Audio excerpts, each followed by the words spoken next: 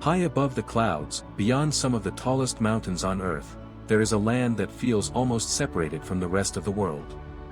A place where the sky looks closer, the air feels thinner, and silence carries a kind of ancient power. This is Tibet. For centuries, travelers called it mysterious, forbidden, spiritual, and unreachable. Even today, Tibet remains one of the most difficult places on Earth for outsiders to fully access. Not because it is hidden on a map, but because geography, altitude, history, politics, culture, and restrictions have all made Tibet a place the world can see from a distance, but not easily enter. This is the story of Tibet. The secret land on the roof of the world. Tibet sits in the heart of Asia, north of the Himalayas, surrounded by some of the most dramatic landscapes on the planet. It is often called the roof of the world because much of the Tibetan Plateau stands more than 4,000 meters above sea level. That is higher than many mountain peaks in other countries. To the south are the Himalayas. To the west are remote mountain deserts. To the north are vast empty plains. And to the east are deep valleys, rivers, and rugged highland routes. This extreme geography shaped everything about Tibet: its climate, its culture, its religion, its isolation. Even the way people built homes, monasteries, and trade routes. For much of history, reaching Tibet was not just a journey. It was a test of survival. Before modern roads, railways, and airports, entering Tibet meant crossing some of the most dangerous natural barriers on Earth. Travelers had to climb frozen passes, survive harsh winds, face altitude sickness, and move through landscapes where one mistake could be fatal.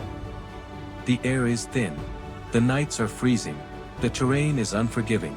Even animals struggled. That is why yaks became so important in Tibetan life. They could survive the cold, carry goods across difficult routes, and provide milk, wool, and fuel. For centuries, Tibet's natural walls protected it from the outside world. But those same walls also made it mysterious. Foreign explorers, traders, and spiritual seekers heard stories of golden monasteries, hidden valleys, powerful monks, and a capital city high in the mountains. The more difficult Tibet was to reach, the more legendary it became. At the center of Tibet's story is Lhasa.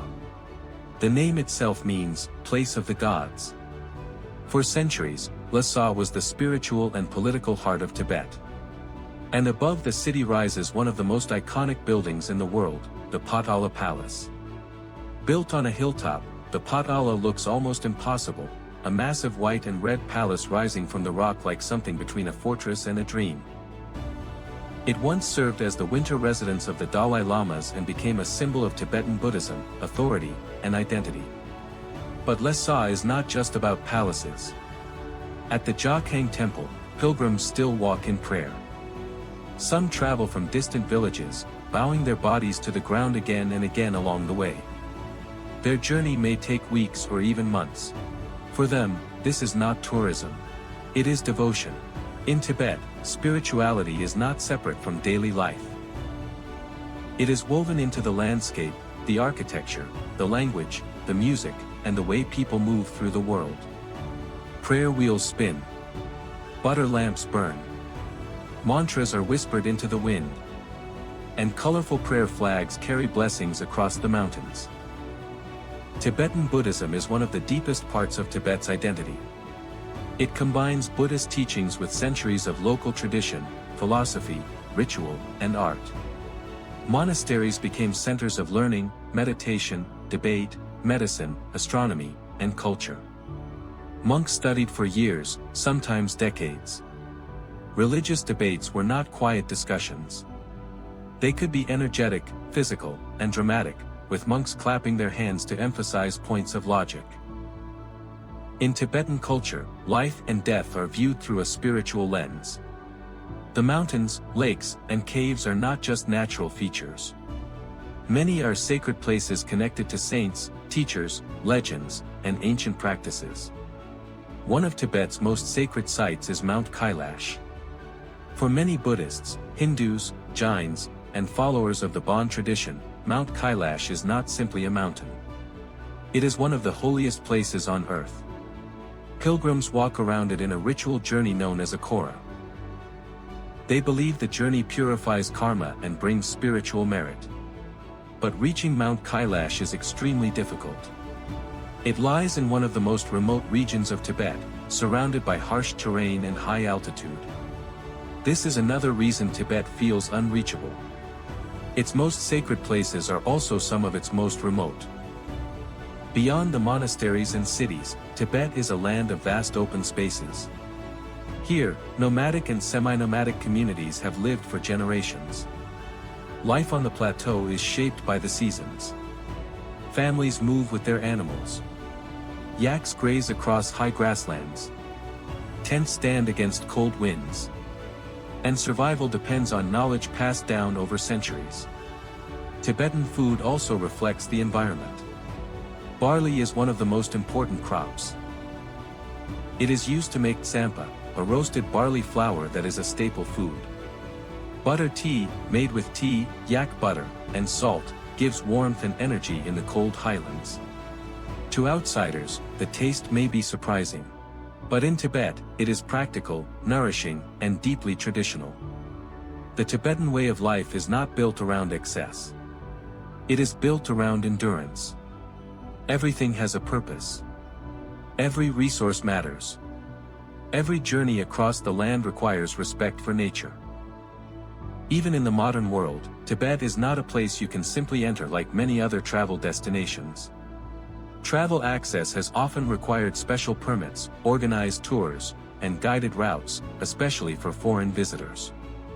Unlike places where travelers can freely move from city to city, Tibet has more controlled access. This is due to a combination of geography, security concerns, political sensitivity, environmental protection, and administration. And this is what makes Tibet different. You may be able to see photos of it. You may watch videos of its monasteries and mountains. You may read about its history. But actually going there is much more complicated. Even after reaching Lhasa by train or airplane, visitors often need time to adjust because of the altitude. Altitude sickness can affect anyone, even healthy travelers. Headaches, dizziness, shortness of breath, and fatigue are common in high-altitude regions. So Tibet does not only challenge your documents. It challenges your body. The land itself asks visitors to slow down. To understand why Tibet remains so sensitive, we must acknowledge its complex modern history. Tibet has a long and distinct cultural, religious, and political identity. Today, the Tibetan Autonomous Region is administered by China, and the subject of Tibet continues to be politically sensitive internationally. For many Tibetans, identity is deeply connected to language, religion, tradition, and memory. For governments and global observers, Tibet is connected to questions of sovereignty, autonomy, human rights, cultural preservation, and security. This is one reason outsiders often describe Tibet as difficult to understand. It is not only a place of mountains and monasteries. It is also a place where history and politics are still alive. Every temple, every street, every prayer flag carries layers of meaning.